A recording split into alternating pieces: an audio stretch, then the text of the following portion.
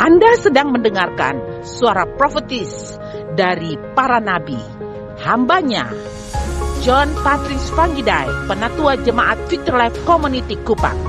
Dengarkanlah dan lakukanlah perintah Tuhan melalui para nabi, maka engkau akan berhasil. Selamat mendengarkan.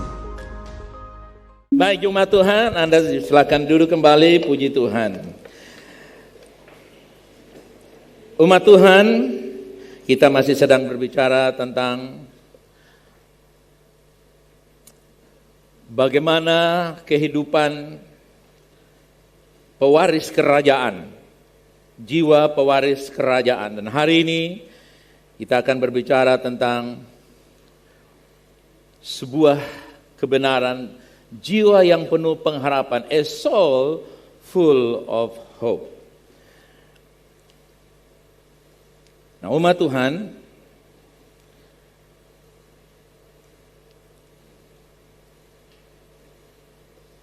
pengharapan hasilkan jiwa yang sehat. Di dalam Ibrani pasal yang ke-6 ayat yang ke-19, pengharapan itu adalah sauh yang kuat dan aman bagi jiwa kita yang telah dilabuhkan sampai ke belakang tabir. Ayat yang ke-20, di mana Yesus telah masuk sebagai perintis bagi kita ketika ia menurut peraturan Melkisedek menjadi imam besar. Sampai berapa lama? Pengharapan adalah suatu sikap hati seseorang yang sedang memohon dan meminta sesuatu kepada suatu pribadi yang lebih berkuasa dari dirinya. Dan dianggap bahwa pribadi itu bisa menjawab apa yang menjadi permohonan dan permintaannya. Pribadi tersebut bisa seorang manusia, tapi juga kepada Tuhan.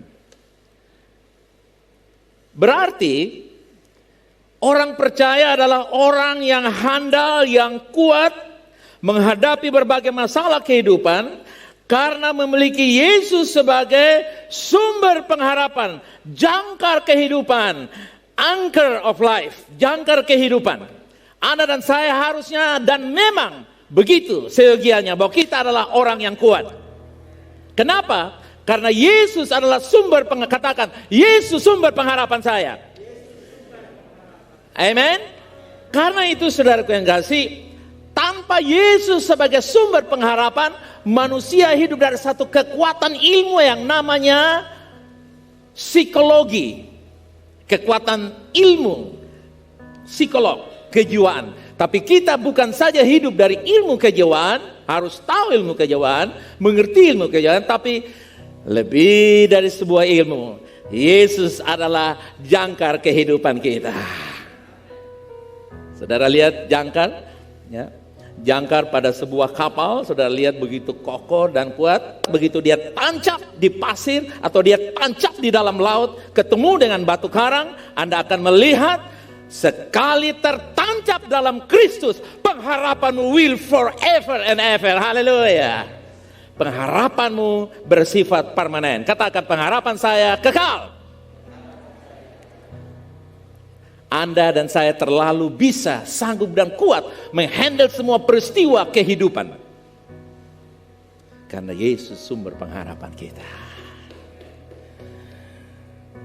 Tetapi mengapa ada banyak orang Kristen yang galau, yang stres, dan depresi yang membawa dampak negatif dalam kesehatan tubuhnya, dalam kehidupannya, hubungan mereka dengan orang lain?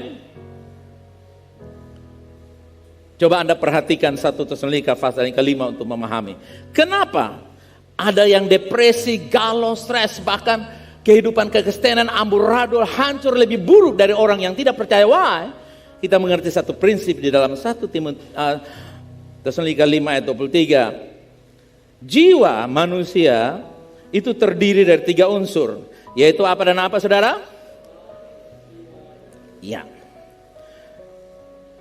Roh, jiwa, dan tubuh adalah unsur dari jiwa.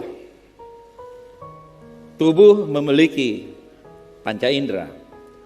Jiwa memiliki 3 unsur, yaitu apa dan apa? Masih ingat tadi apa dan apa?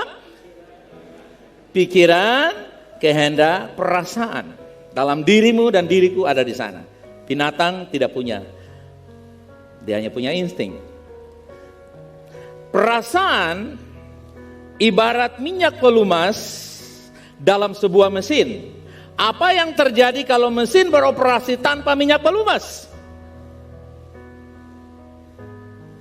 Akan terjadi kehancuran mesin, kerusakan fatal, mesin off, mati, dan tidak berguna. Jiwa yang hanya terdiri dari pikiran dan kehendak. Coba kita lihat apa yang terjadi bila perasaan tidak berperan karena jiwa terluka. Maaf, maksudnya perasaan terluka. Apa yang terjadi kalau jiwa ada gangguan, dan biasanya gangguan paling sensi, paling rawan adalah perasaan. Coba kita lihat please. Ya, biarkan saja kalau saya bilang next, baru Anda next. Apa yang terjadi bila perasaan tidak berperan karena terluka, tersakiti, terabaikan? Perasaan akan off. Perasaan akan off. Perasaan akan off dan seorang mengalami kekeringan, kehilangan gairah, hidup tanpa rasa yang mengakibatkan tindakan seseorang tidak lagi logis, tidak masuk akal. Jiwa yaitu pikiran dan kehendak akan menjadi lemah. Jiwa, pikiran dan kehendak akan menjadi lemah atau tidak berdaya untuk mengatur tubuh melakukan hal-hal yang logis, yang masuk akal. Sebaliknya akan melakukan hal-hal yang tidak masuk akal dan akibatnya merusak dirinya, hubungannya dengan orang lain, dan bahkan membunuh satu bangsa. Aneh kalau seorang dokter mama siri, isap rokok, minuman keras, bahkan dokter narkoba. Itu aneh bukan? Tetapi itu terjadi kenapa? Karena perasaannya terluka. Tidak ada perasaan berperan di dalamnya. Sehingga pikirannya yang, knowledge-nya yang bachelor, PhD, tapi menjadi pembunuh dirinya sendiri. Sarjana hukum yang terhukum, sarjana ekonomi yang miskin melarat, sarjana psikologi yang bercerai.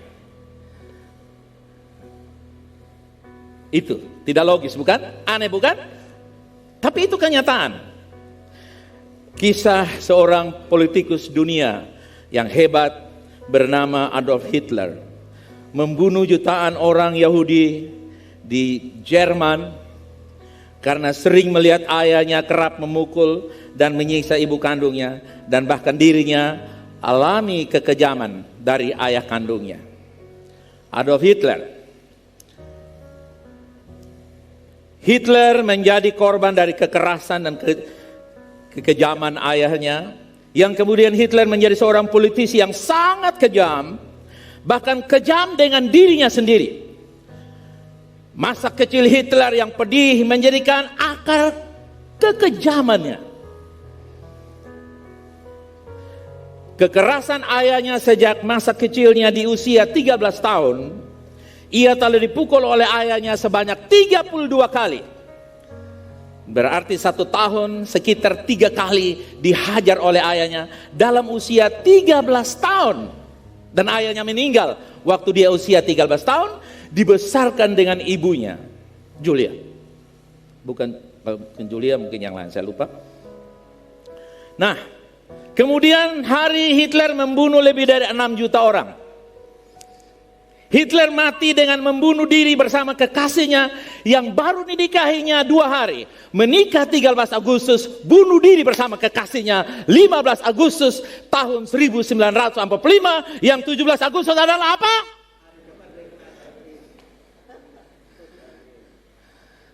Hitler begitu kejam sampai dia bersama kekasihnya hendak ditangkap. Dia mengajak kekasihnya yang baru dinikahinya 2 hari, bunuh diri, dan mayat mereka dibakar di lapangan.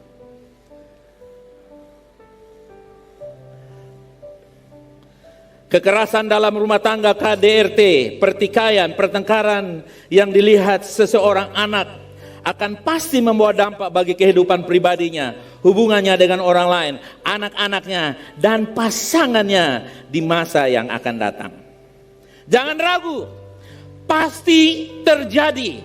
Bila kita tidak disembuhkan dari luka-luka jiwa kita, jangan ragu, pasti terjadi. Hanya tunggu waktu saja.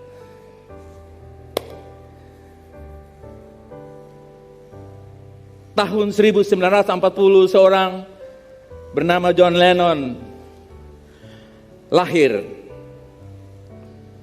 Kedua orang tuanya bercerai saat John Lennon berusia 5 tahun. Ayahnya seorang pelaut dan pedagang. Ibunya bernama Julia. Ayahnya pergi meninggalkan dia entah kemana.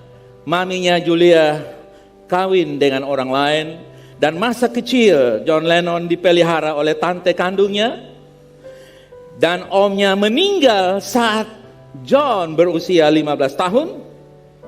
Tumbuh sebagai remaja yang nakal, tidak memiliki nilai raport yang bagus di sekolah, dan hidupnya keras karena sering diperlihatkan lewat gambar-gambar kekerasan. Tiap kali gambar pasti kekerasan.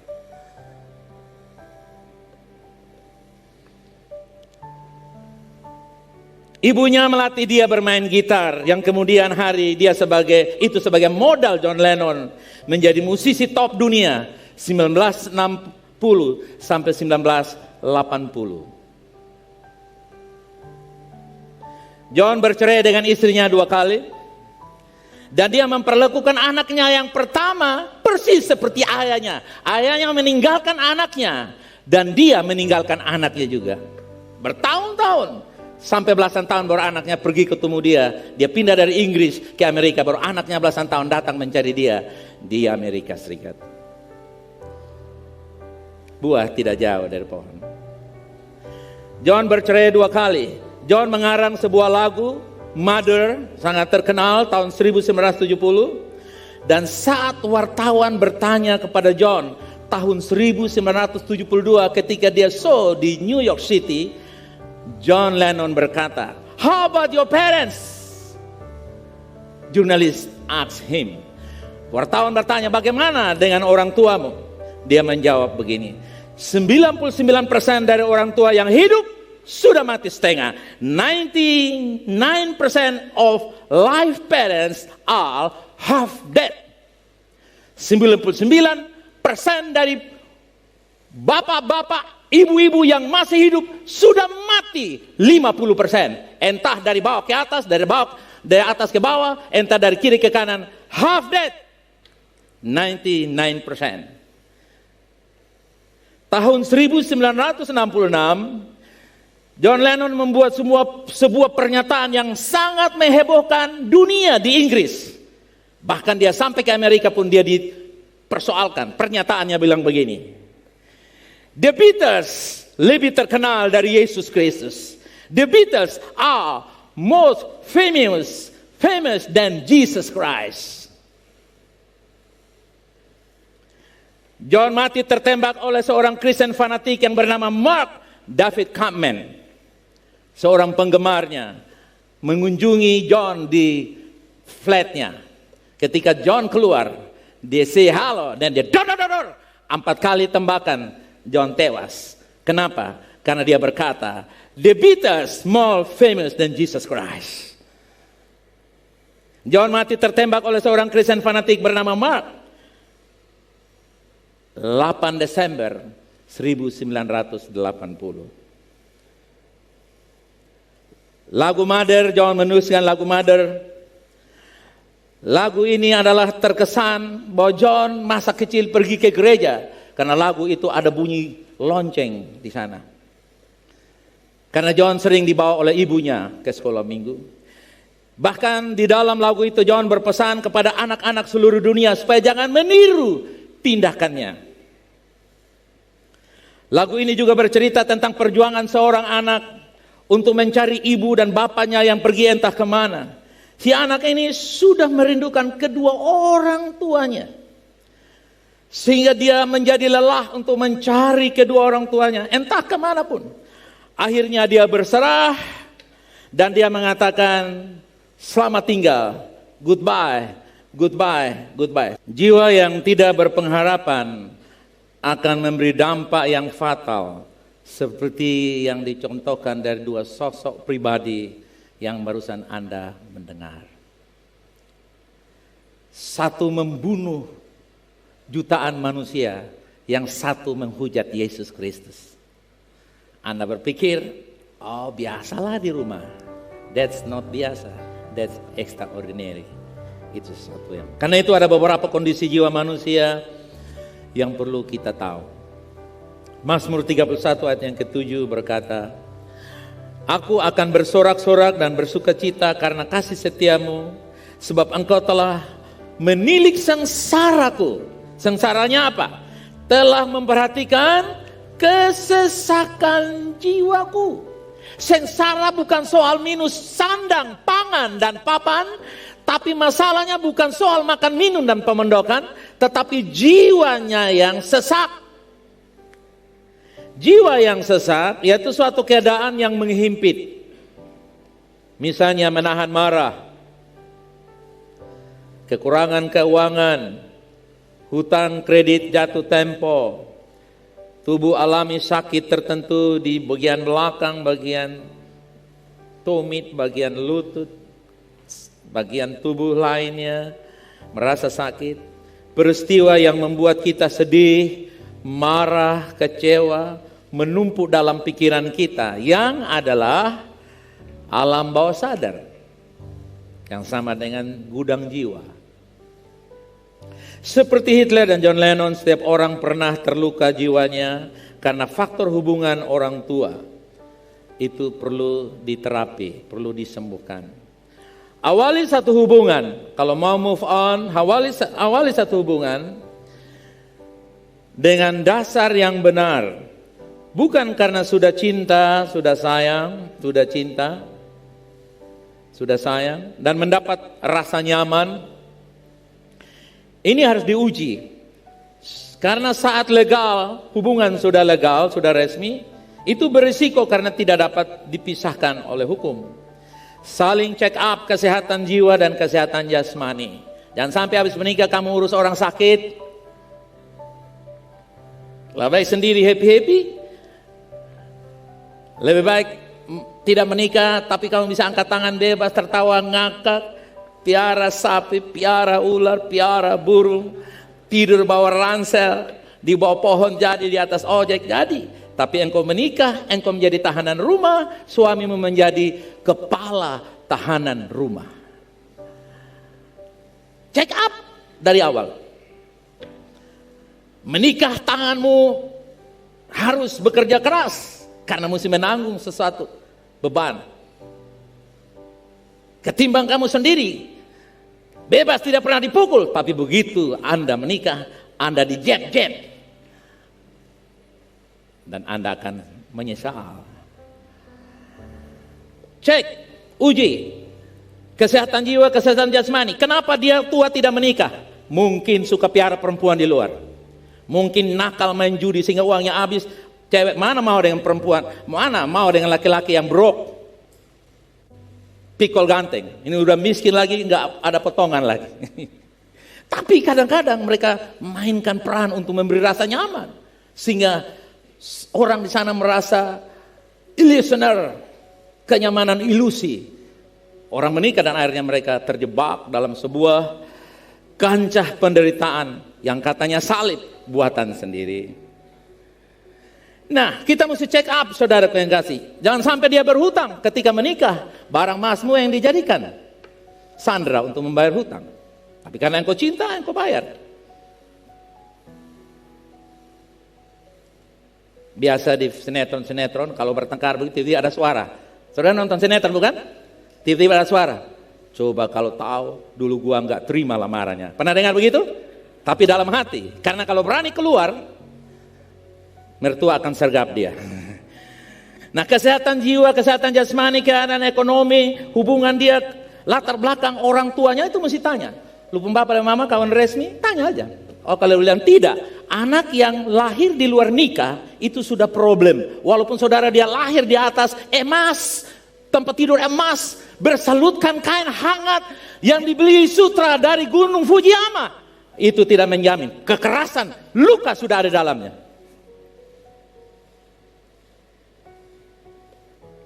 Itu mesti dicek up.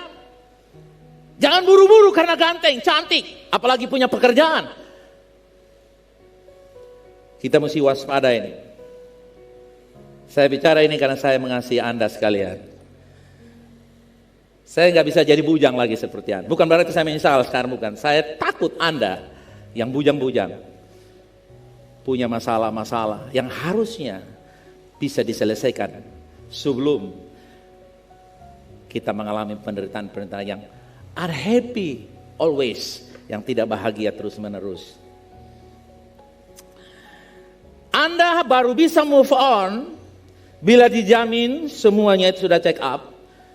Bila tidak ada masalah, maka jangan takut karena itu tidak akan terulang lagi.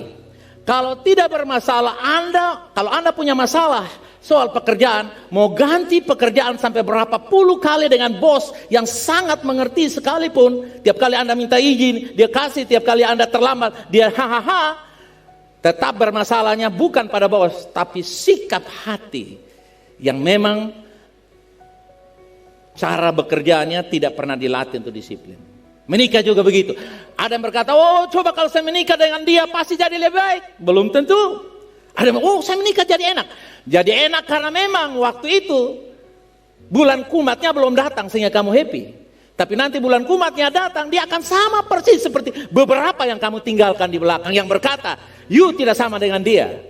Kenapa tidak sama? Karena siklusnya belum sampai. Begitu siklus sampai, semua perempuan pasti punya masalah. Semua pria pasti punya masalah. Tetapi jawabannya bukan berapa banyak masalah, tapi berapa banyak kesembuhan yang Anda alami. Jadi yang bujang-bujang ketika kamu lamar lalu ditanya, mas kawinmu apa? Saya pesankan, kalau kamu jemaat di sini, I order you, saya pesankan, bilang kepada dia, saya punya mas kawin adalah jiwa yang sehat. Kenapa? Sudah banyak orang yang dimanipulasi. Kebanyakan saya berjumpa di luar negeri, banyak cewek-cewek kita dari timur diperalat karena melihat dolar yang begitu mahal. Sehingga waktu dia tiba di rumah sana, dia sebagai istri kedua, istri ketiga. Tapi sudah terlanjur. Kenapa? Karena dolar. Kenapa? Karena uang, karena harta. Saudara, Anda mesti perhatikan, cek. Sebab kalau Anda tidak mengalami pemulihan jiwa, mau bekerja di mana, mau tinggal di mana, mau makan apa, mau pakai apa, mau punya uang berapa banyak, mau menikah dengan siapa saja berapa puluh kali, itu bukan jawaban.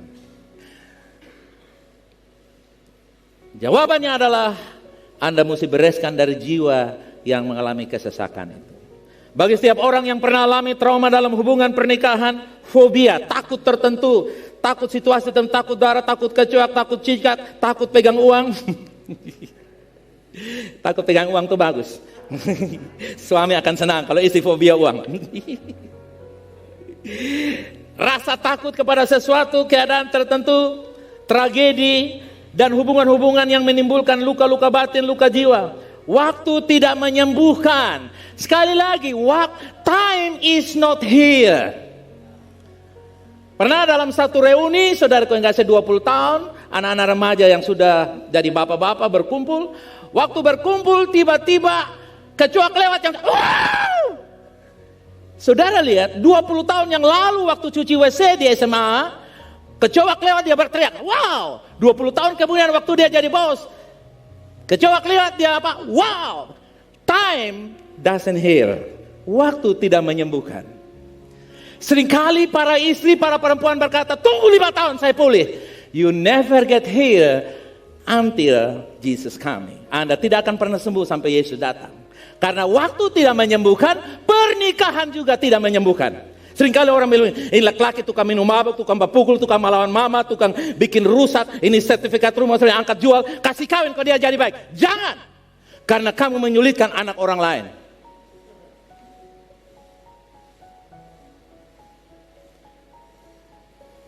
Kenapa?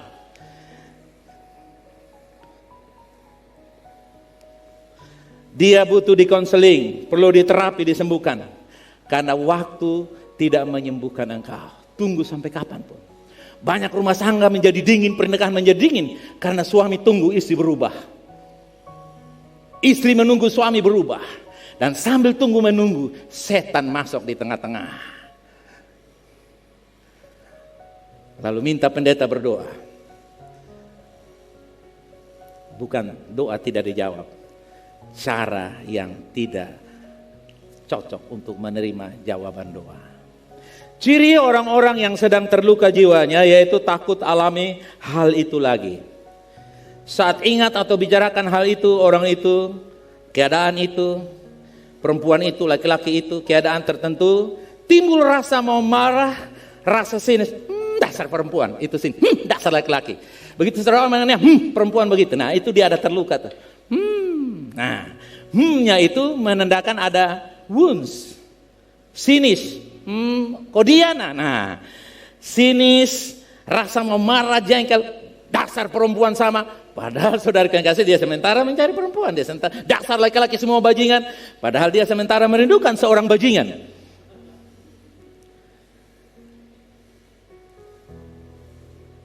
Atau kemarahan atau perasaan pahit.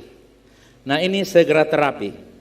Kita harus bisa membedakan apa itu terapi, konseling, terapi dan konseling. Konseling adalah minta arahan dan petunjuk untuk menemukan akar masalah. Sedangkan terapi yaitu tindakan mengobati atau dokter beroperasi, mengoperasi penyakit yang membuat engkau trauma, takut, jengkel, benci. Harus ada niat dan ikhtiar, baru alami kesembuhan dan pemulihan dari luka jiwa. Niat dan ikhtiar. Anda datang ke dokter.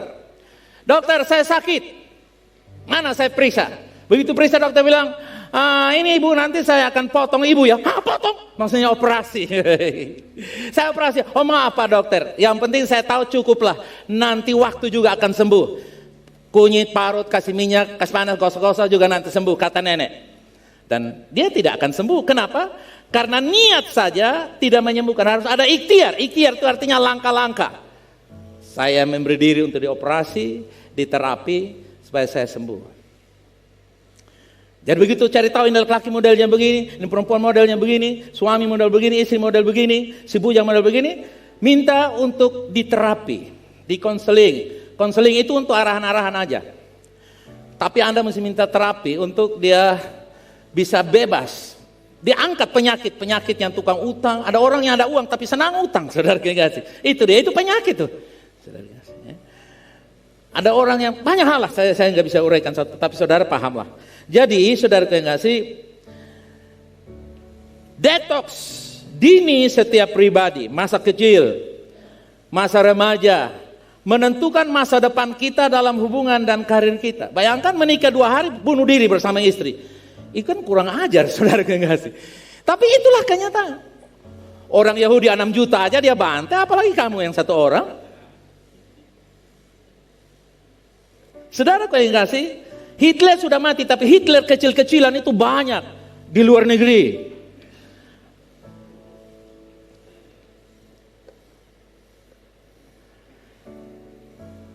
Kita mesti detox, tanya. Kenapa? Karena di rumah itu adalah tempat Anda dibentuk. Makanya ada asih, ada asuh, dan ada asah. Nah, asih, asah, asuh itu apakah papa dan mama capable enggak? Mampu enggak? Atau papa dan mama berantem? Mama mendominasi, papa mendominasi, mertua mendominasi, kakak ipar mendominasi, sehingga suami rasanya hanya sekedar kuli. Istri hanya sekedar tukang masak, kasih bersih rumah. Kalau mama mertua ada mau bikin acara. Nah itu mesti detox. Supaya cari tahu sehingga mengalami kesembuhan. Kalau tidak saudara lihat, itu akan mempengaruhi saudara waktu Anda menikah. Jangan pernah berkata menikah itu beres. Menikah itu tidak menyelesaikan masalah, menimbulkan masalah. Kalau Anda tidak paham, kalau tidak pulih jiwanya, itu pasti bermasalah, hanya tunggu waktunya aja. Bagi pasutri, anak-anak muda, pasuti pasangan suami istri, anak-anak muda yang alami luka-luka jiwa, perlu terapi deh, kata orang Jakarta. Ayo terapi deh kawan. Hey guys, give yourself to therapy. Ya. Ayo terapi. Ya. Ada cewek-cewek cakap senang kalau pemudanya tarik rokok. Di Samsu, jiwa sampai surga. Padahal dia sementara bakar jantung, sementara bikin impoten, tapi cewek ini bangga kalau calonnya ngerokok, minuman keras, bahkan main judi. Dia bilang, kaya. Sudah bunuh diri lah, main judi lagi. Wah, dia senang dengan model begitu. Mama punya nasihat tuh 4 kilo jauhnya. Kenapa? Karena mereka tidak lagi menggunakan perasaan tadi, sehingga tidak logis. Karena selama ini disakiti, tiba-tiba ada pria yang biasa-biasa saja, tapi menawarkan kenyamanan dan keokean, maka dia oke-oke juga. Nah, ini saudara harus terapi. Ya. Jangan pernah berkata saya aman. Kalau jiwa kita pernah terluka dan belum pernah terapi, tunggu waktunya, pasti meledak. Jangan pernah berkata, saya aman kok. Jangan pernah berkata Anda aman. Tapi marilah kita belajar untuk seperti Daud. Daud pribadi yang sangat contoh kita pelajari dia. Manusia paling bermasalah, tapi manusia yang sangat mengasihi Tuhan. Masalahnya gak tanggung-tanggung, saudara kekasih. Dan dia punya masalah keluarga juga mengerikan. Tapi saudara lihat bagaimana dia menyelesaikannya. Mazmur 42 ayat 6, 7, waktu jiwaku tertekan dalam diriku. Jiwa yang tertekan yaitu keadaan penghakiman, penolakan, rasa bersalah terus menerus, persoalan yang tidak terselesaikan, target yang tidak tercapai, hutang jatuh tempo, dan janji-janji yang tidak dipenuhi. Kamu janji tidak penuhi, dia berjanji tidak terpenuhi, ya, dan sebagainya. Itu bisa membuat jiwa kita tertekan. Tadi kesesakan jiwa, sekarang tekanan jiwa. Sesak itu paksa masuk, tekanan itu didorong-dorong. Jadi sesak itu dari samping, tekanan itu dari atas bawah. Jadi atas bawah kiri kanan semuanya kesesakan dan tekanan. Wah, itu sangat tidak enak. Saudara, pengampunan yang tidak sepenuhnya menyebabkan jiwa tertekan. Coba saudara minta maaf. Sayang, aku minta maaf ya. Bertobat dulu. Anda sementara dalam sebuah hukuman yang baru. Salah pertama tadi, itu satu. Bertobat dulu, itu berapa? Yang kedua. Sehingga luar dia cerita. Pembini ini, dia sana anggap beta su bertobat, sana cek rokok oleh 5 tahun, sana minum lagi, sana main-main, keluar malam lagi, tapi dia masih bilang suruh bertobat. Lalu yang satu kan, oh lu bisa sempurna kok? Oh lu belum tahu kalau dia maruak, setan jolarin. Biasa kalau bapak-bapak sharing di luar tuh dia lepaskan. Saya pernah ketemu pria-pria banyak waktu mereka sharing, kita makan minum sampai belum habis tetap sharing, saudara. Kenapa? Karena kalau luka jiwa itu ngomongnya tidak pernah itu. Kalau bikin lagunya macam-macam, saudara. Penyembuhan luka jiwa memerlukan pengampunan sepenuhnya. Tidak akan pulih kalau tidak lepaskan pengampunan sepenuhnya. Seberapa besar pengampunan yang kita beri, sebesar itu kita akan alami kelepasan dan kebebasan. Pengampunan sama dengan pembebasan. Katakan 2, 3, pengampunan. Ketika Anda mengampuni sepenuhnya kepada suamimu, suamimu bebas. Ketika Anda mengampuni sepenuhnya kepada istri, istrinya bebas. Ketika orang tua mengampuni anak sepenuhnya, anak-anak bebas. Tetapi kalau pengampunannya itu ditunda, saya tidak mengampuni engkau sampai engkau bangun rumah. Saya tidak mengampuni sampai engkau jadi malaikat. Saya tidak mengampuni engkau sampai kamu hafal ayat Kejadian sampai Wahyu. Bahkan penutupnya bilang apa? Wah, ini sangat mengerikan. Seberapa besar pengampunan Anda lepaskan, sebesar kelepasan Anda dapat. Jadi, Anda yang mengampuni dan Anda yang menerima pengampunan sama-sama mendapat kelepasan. Jangan pernah berkata, saya tidak mengampuni dia agar saya bebas. When you do not forgive, you are prison yourself and himself. Pada waktu Anda tidak mengampuni sepenuhnya, Anda sedang memenjarakan dirimu dan dirinya. Kalau Anda mengampuni 50%, Anda penjara dia 50%, Anda juga penjara dirimu 50%. Nah, karena penjara dengan penjara ada di dalam tahanan, maka mereka akan menyiksa orang lain. Anak-anak tersiksa, keluarga tersiksa, ipar tersiksa, pekerjaan misi tidak maju. Karena itu saudara yang kasih, lepaskan pengampunan itu penting. Seringkali orang bangga kalau tidak mengampuni. Padahal dia tidak tahu kalau pengampunan tergantung. Kalau kecil pengampunan kayak begini, kamu juga dapat kelepasan begini. Tapi kalau seperti Yesus, kelepasan seluruh dunia terjadi. Nah, luka jiwa tidak mampu. Yesus kalau luka jiwa karena ditolak, karena lahir di luar nikah, maka Yesus tidak akan buka tangan begini. Dia begini. Ini kuburan, ini rumah sakit. Dua-dua tanya BPJS. Tapi Yesus tidak terluka, sehingga dia lupa. Karena itu saudara, orang yang tidak bisa melepaskan pengampunan, dia bermasalah dalam jiwanya.